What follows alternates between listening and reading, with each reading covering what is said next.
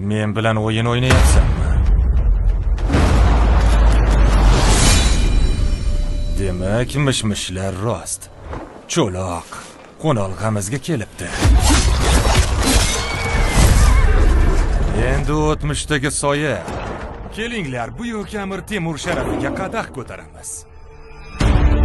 Sen hech qachon hukmronlik qilish, zabt etish, o'zingnikini olish uchun nima zarurligini tushuna olmasding. Biz bo'yin egmaymiz. Sen oldingda. Adolatni istaysanmi yoki yo'q? Keshlik Temur Barlosmi? Ha.